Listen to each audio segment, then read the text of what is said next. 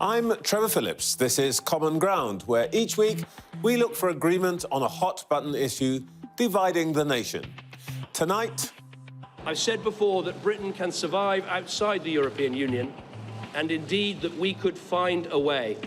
As we leave the European Union, we will forge a bold, new, positive role for ourselves in the world. And we will make Britain a country that works not for a privileged few, but for every one of us. Do not underestimate this country. Do not underestimate our powers of organisation and our determination, because we know the enormous strengths of this economy. We have huge reserves of talent, of energy and determination. I am confident that together we can ride out the storm.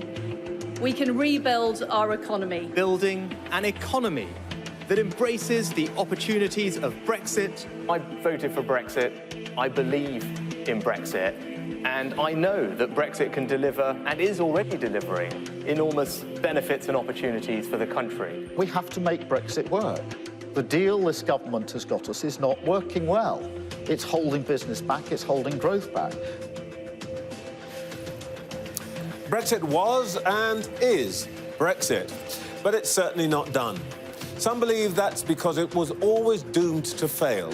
Others because we really haven't put our backs into making global Britain a reality. But on both sides of the Great Divide, there are conflicting emotions. Even some of those who voted to leave the EU now show signs of buyer's remorse, according to the latest polls. They worry that the benefits are outweighed by the disadvantages of being outside the bloc, all too plain post-COVID, Ukraine and the energy crisis. On the other hand, some who maintain that Brexit was a mistake think it's one we'll have to live with. The best we can do, say these Euro-pragmatists, is build better relations with our neighbours at a time of economic turmoil. But has leaving the EU made that economic pain worse? Our choice tonight: which gear for Brexit? Reverse, full steam ahead, or, as so often in British life, can we find a happy medium? In the next 30 minutes, we go in search of common ground.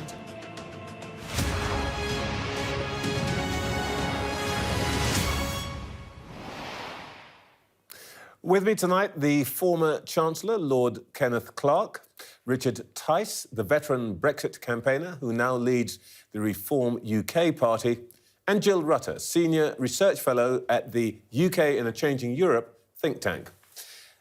I think we can all agree that the prospect of return to June the 22nd, 2016 is pretty much zero, unless somebody wants to violently disagree. But before we discuss whether we need to revisit Brexit in any way or talk about how we complete the deal, let's first see if we can agree on what part of our economic pain is down to Brexit and what's down to other reasons.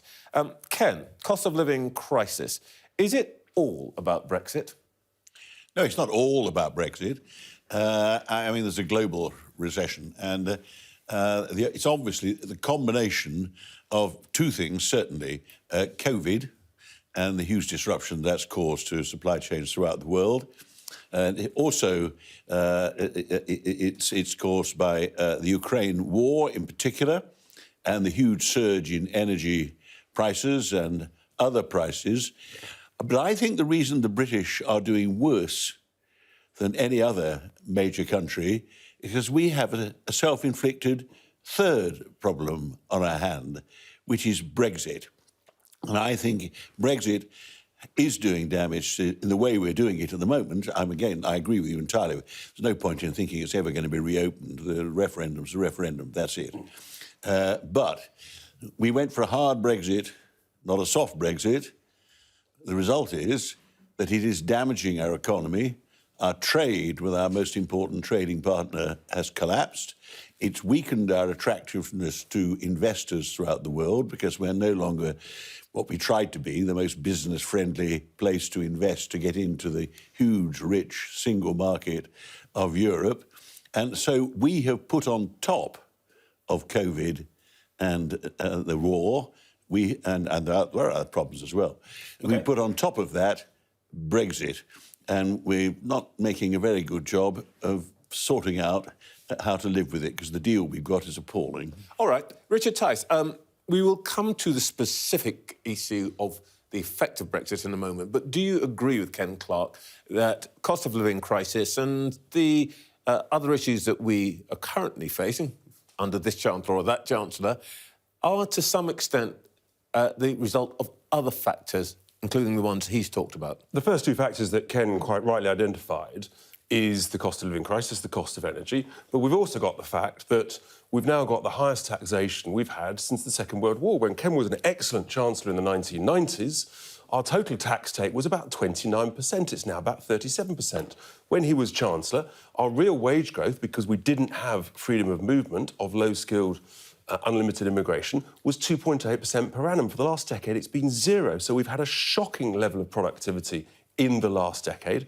We've had our lowest growth decade since the Second World War, and that's led to the situation and the thing is that this Tory government has elected, actually, technically we've left the European Union, but we haven't taken advantage. We haven't cut taxes, we haven't cut unnecessary regulation, we haven't controlled immigration to get higher wage growth for the lowest paid. So at the moment, we're sort of in a limbo. The economy's in bad shape. It's actually not broken. And with the sort of recovery plan that Reform UK put forward, we could actually restore and grow our economy fast, really very quickly. Jill, how much...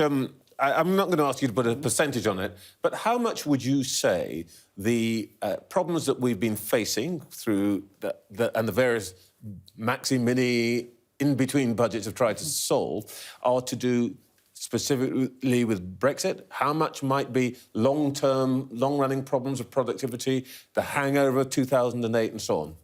So there's undoubtedly been a long-run problem. You can go back to 2008. That's when the UK's sort of productivity problem started, what people throughout the decade before the Brexit referendum were referring to as the productivity puzzle. Why had UK productivity suddenly gone down? So you can't attribute that to Brexit. But I think you can say that economists before the referendum were nearly universally predicting that if you put up trade barriers to trading with your biggest trade partner, at least in the short run, you are going to take some sort of economic hit.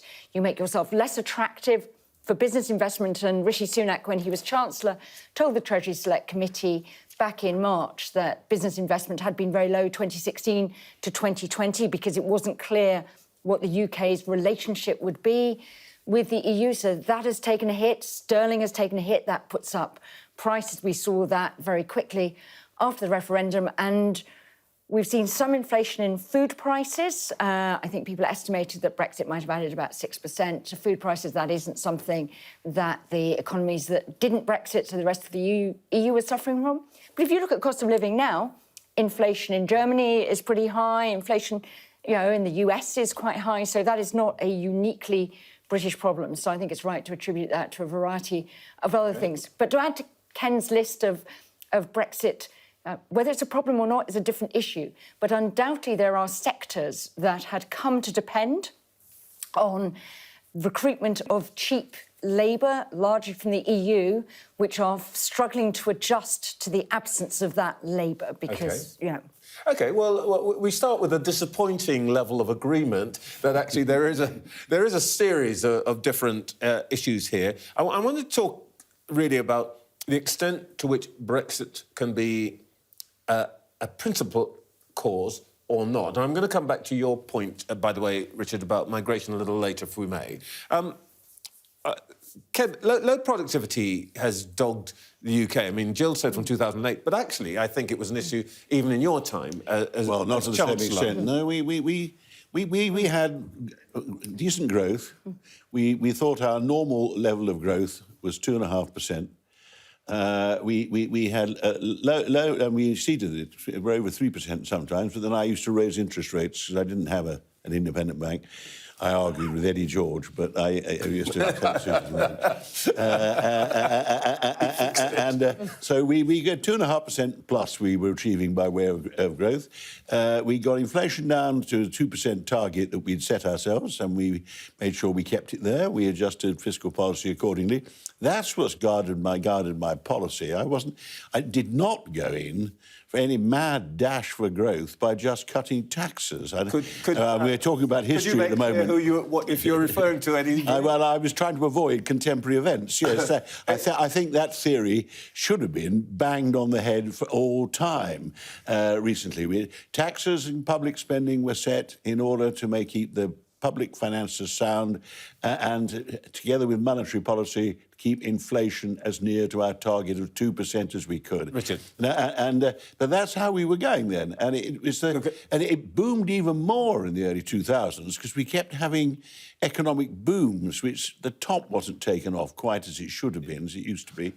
And by 2008, we crashed and we've never really recovered. But Ken's actually reinforced and agreed with the very point I've just made, which was that, wonderfully, growth was averaging, in Ken's tenure, 2.5% a year, give or take. Well, we're now lucky to get to 1.5%, and the reason is because you didn't have to, because you've done such a great job in getting tax take down to less than 30%. And I repeat what I said, it's now 30% and heading north, and that is a massive constraint on productivity, on growth, on the desire of people and businesses to invest in the UK. And so it's quite right to go for low taxes, but you've got to cut unnecessary regulation and, of course, got to do it in a funded way, which is what the previous regime failed to do. What I was able to do was get Britain to take the benefits out of our creation, because we led creating the single market, out of the single market. We suddenly had these great opportunities open to us because we were in the biggest, border-free, practically, free trade in the world. And, of course, we were working on moving towards a single currency to take away another obstacle. But heavens, we didn't go variable. Well, we couldn't get the fiscal rules and the others right, and I wouldn't have joined unless we could have got fiscal rules working. In the glorious Clarke as Chancellor era, of which we've all been speaking, you did have... We had our moments. You had all the weapons at your disposal. You were controlled both of fiscal policy, tax and all of that, and monetary policy. And in a sense, actually, Richard's point is that joining the EU, as the Greeks, for example, discovered, took those powers away from you. Well, because you did have to follow fiscal... I mean, if you'd never gone to a... I never reached a stage where I thought we could join as a state of preparation, but I took a large part... Jill used to come to my press secretary. We spent a large part in discussions about trying to get the rules the single currency, which took years. And one of the things that was clear was you did need some common understanding, not total binding things, amongst all the member states on sensible fiscal policy, and the monetary policy needed to be in the hands of an independent bank, the European Central Bank. The Greeks should never... I mean, if you want me to criticise EU policy after we'd left, the Greeks should never have been let into the single currency when they were let in. It was for political reasons, and as you quite rightly say, they were shocked to discover that they were going to be in serious trouble if they didn't just stop trying to borrow their way out of trouble all the time. Jill? Well, I think on the single currency, I'm not sure the UK would ever have gone into the single currency. That was one of the sort of debates we had back when Ken Clarke was Chancellor about keeping the option open. On the independent central bank, clearly, the moment Gordon Brown, as Chancellor, stood up and announced that he was making the central bank independence, extending what we then termed the Ken and Eddie show to actually giving full independence rather than just transparency. The then Governor of Bank of England. Eddie George. Eddie George, yeah. Yeah, when we moved on to full independence, there was immediately a sort of discount on UK interest rates because they perceived that the UK was less risky than it had been then. But I think the really interesting question now, and I think this comes to what Richard was saying, and maybe going back to the sort of, is, Liz Truss and Kwasi Kwarteng did try to go straight for cutting taxes, but they didn't have the other pillars of their new policy in place. And so it was extremely unconvincing that it would work. They didn't set out their plans for radical deregulation, nor give any indication that they could actually get that through Parliament, nor did they set out plans to rein back the state and cut spending, which is now dominated by health spending. They didn't show that they had feasible plans they could get through Parliament to do that. Now, if they'd wanted to succeed, the logical way of doing it would have been to spend political capital on showing you actually can deregulate and change the plan. I don't want to go over that again, because we've discussed that painful episode on this programme and others on Sky. I'd like to talk a bit more about Richard's point. Of course, one of the other elements in this whole equation, and you're all... This is worrying. You're all sort of agreeing that, in fact, Brexit had a big part, but it's not. It's part of a I'm not agreeing at a big part. I'm not agreeing that. OK, well, a significant, a meaningful part, but it's part of a wider set of things. The point that you're making, Richard, which is about migration, which you think is an important issue, the CBI has been saying the last couple of days, and we heard... the leader of the opposition talking about it today, that CBI has been saying employers are crying out for people to do jobs. More than 1 million EU citizens went home after Brexit. Did Brexit not shoot us in the foot and actually provide the single biggest obstacle to growth now? It's exactly the opposite. Why did we have the lowest growth decade since the Second World War in the last decade? The answer is because we've had no real wage growth, because we had unlimited freedom of movement. And that was an absolutely massive factor. What's happening now is you've got the big multinationals saying we want more cheap, low-skilled immigration. When Ken was Chancellor, the reason you had real wage growth was because you couldn't just turn the tap on for cheap labour. So if businesses couldn't afford the labour, they invested in capital equipment. That's how economics has always historically worked. If you can't afford the labour, you invest in capital equipment. We've got a shocking investment track record in the last 20 years because of the available of cheap, low-skilled labour. Actually, Sir Keir Starmer's touched on it today. We're now all finally talking about the importance of growth. The way you get growth is you improve productivity. We haven't got a people shortage in this country. We've tragically got 5.3 million people... Well, there's no big employer would agree with you. Trevor, there are 5.3 million people on out-of-work benefits. And there's a reason why someone like a big retailer complaining last week they couldn't get anybody to work in their warehouses, because they're offering 20% less than one of their neighbouring competitors. So they just want to reach for the cheap labour tiller. What about actually offering a proper national living wage and meeting your competitors? Ken Clarke, this is a really interesting picture of your era, because not only do you control fiscal policy, you also control monetary policy, but according to Richard, you're also able to close the tap on migration. I didn't know that you were so immensely powerful, but is that an issue now, do you think? It is now. I can't remember when freedom of movement came in. I think it may have come in my day. Post-accession, 2004-5 was really the... That was the watershed. I think we agree. Well, I think what changed it... I'm going to disappoint you again. I do agree with some of what Richard said. What happened when the EU enlarged to take in Eastern European countries rather more quickly than I would have argued. I argued against letting Croatia... I was wrong about Croatia. I was much more... Our Foreign Office wanted to let them all in, and I was wanting to slow down as Chancellor. Anyway, what happened was suddenly a flood of cheap labour became available to us. But more importantly, freedom of movement on balance is a good thing. It's essential in a free market. If you've got a totally free market as we created.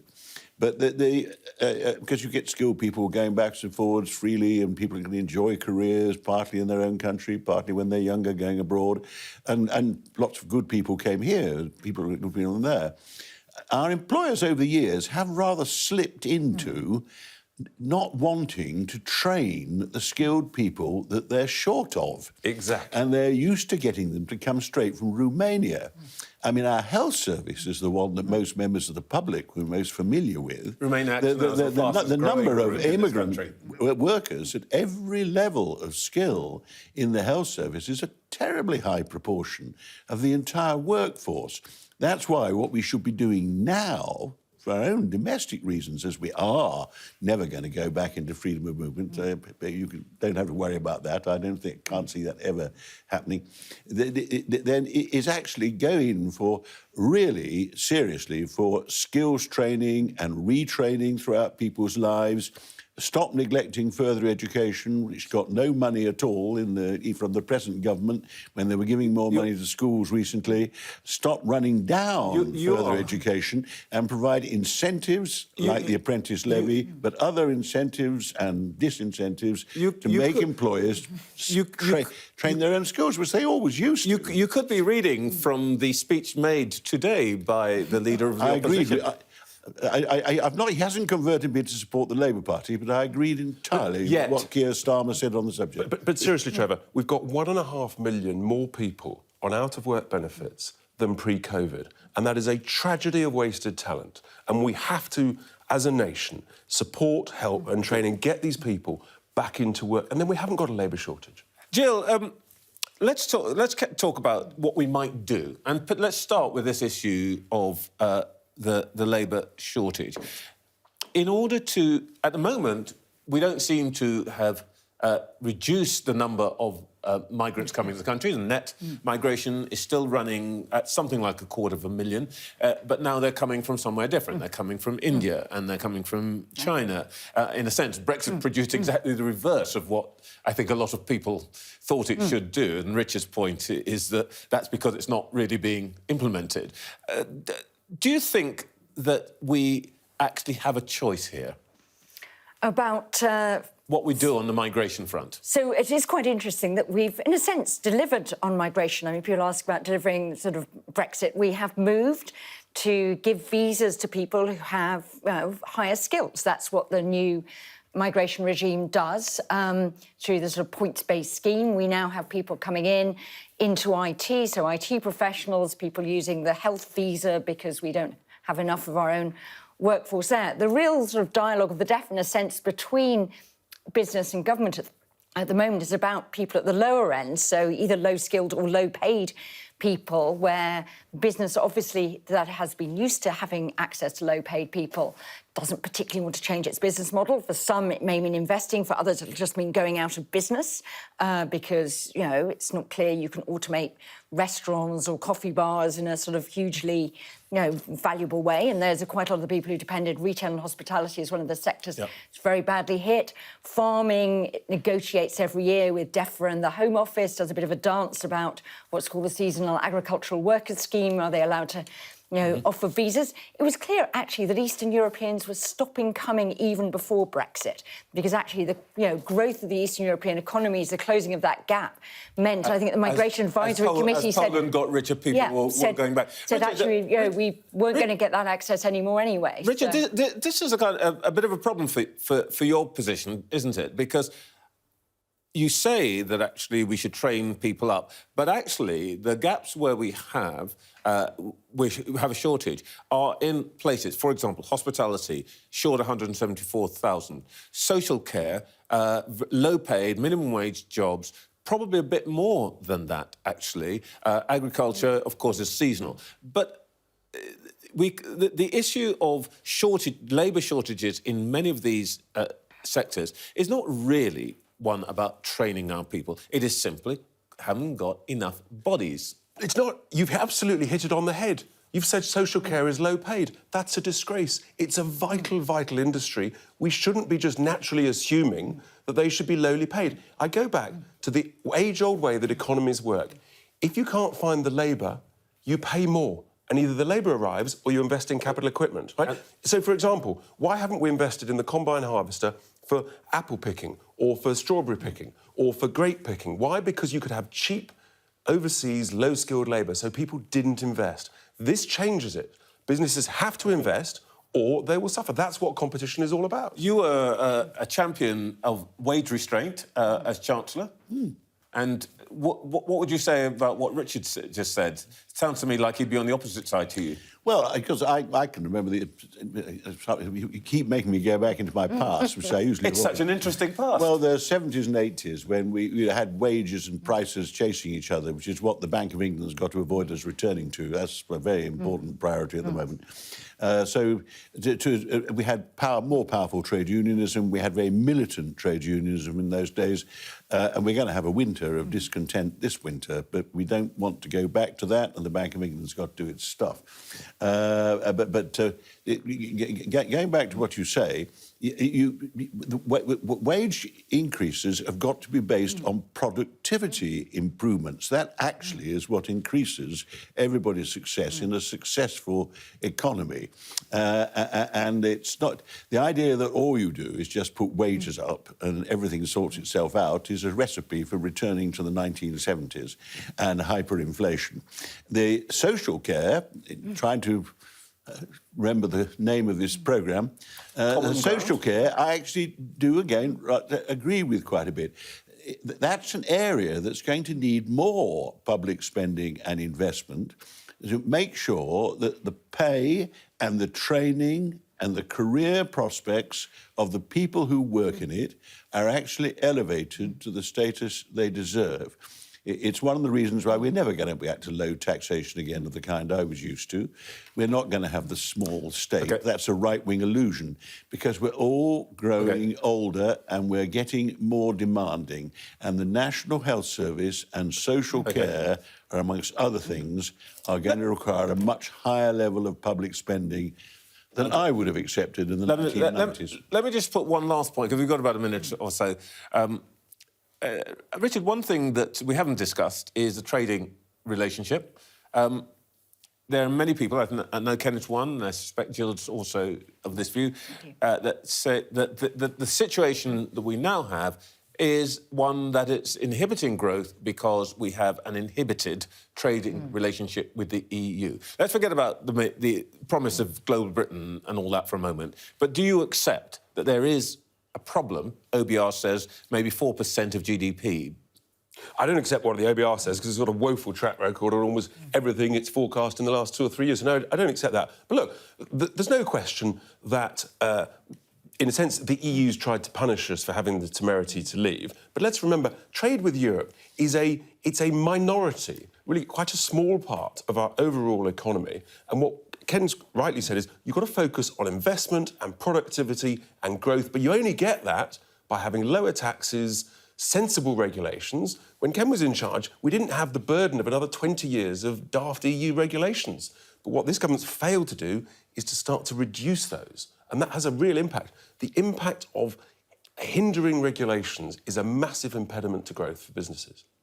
Well, the policy of the present government, forced upon it by its rather fanatic right-wing element that it's now got, rather too many of on the backbenches, is to seek free trade agreements with the entire globe, including pursuing free trade agreements with the United States and India, neither of which are actually very interested in a free trade agreement with us, but to keep putting more trade barriers between ourselves and our biggest single market, our obviously easiest trading partner, our next-door neighbours, one of the wealthiest economic power blocks in the world. All right, well, look, it is my duty at the end of these programmes to try to sum up, and what I should be saying at this point, as I usually do, is that I have failed to find common ground. Actually, my failure this week has been even bigger, that actually the three of you rather agree on the important things, that actually there are a series of causes, of which Brexit is one. You may not agree on exactly how big a contribution it's made,